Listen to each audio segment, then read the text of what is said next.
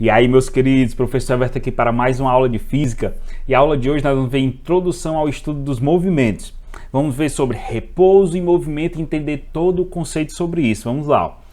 Se você analisar esse jovem aqui andando sobre o skate, eu pergunto, o skate está em repouso ou em movimento? Nós vamos, ao estudar esse conceito, entender uma coisa, ó, que tudo depende de um referencial. Você vai ter que ter um referencial para poder analisar se algo está em repouso ou em movimento. O skate está em repouso ou em movimento? Depende do referencial, ok? Vamos entender mais sobre isso. Aqui nós temos uma jovem sentada no banco de um trem que está em movimento. Ó, perceba que o trem está indo nessa direção, nesse sentido. É tanto que esse rapaz que está observando a jovem sentada, está observando também esse banquinho aqui, ó, ele vai indo nessa direção, ó. Beleza. Entendendo isso daí, nós vamos ver, esse banco, ele está em repouso ou está em movimento? Você só pode definir isso se você tiver um referencial. Então vamos entender aqui o que é repouso e movimento, ó.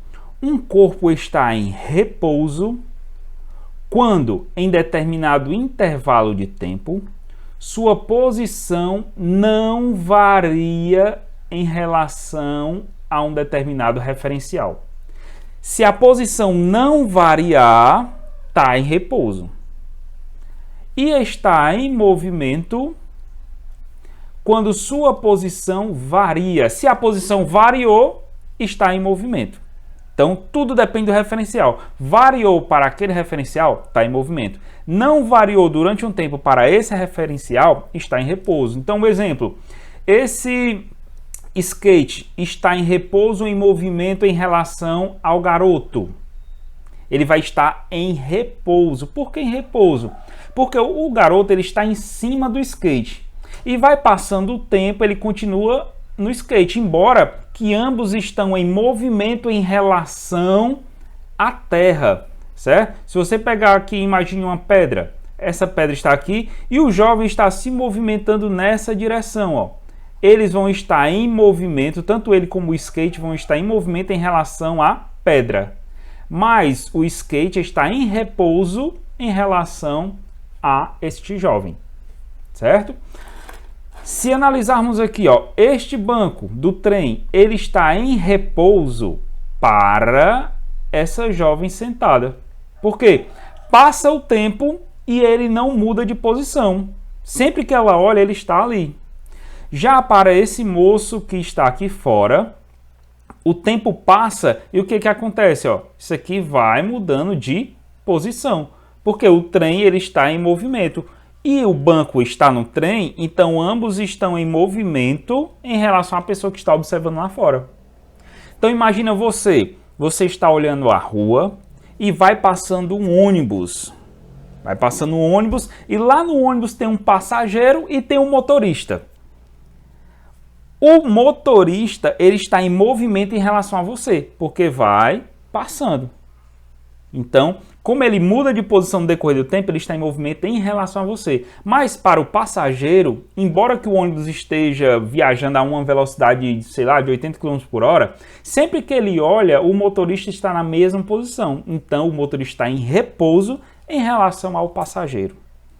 Analisando aqui, ó, não sei se vocês já viram a Esquadrilha da Fumaça em ação, que é da Força Aérea Brasileira. Eles viajam sempre fazendo um exemplo, quando um faz o loop, outro também faz. Então, sempre que um olha para o lado, o outro está na mesma posição. Então, para a gente que estamos assistindo, eles estão em movimento. Mas um, para o seu companheiro, está em repouso. Porque passa e eles sempre estão na mesma posição um em relação ao outro, fazendo manobras, mas mesmo um na mesma distância em relação ao outro, no decorrer do tempo. Deu para entender? Legal? Aqui, ó, exemplo de repouso em movimento. O Sol está em repouso ou em movimento?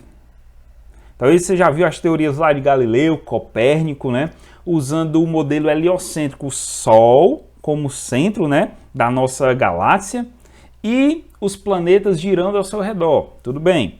Só que se nós pegarmos a Terra como um referencial, imagina você não vê o Sol fazendo esse movimento quando ele nasce, né, e quando ele vai e se põe.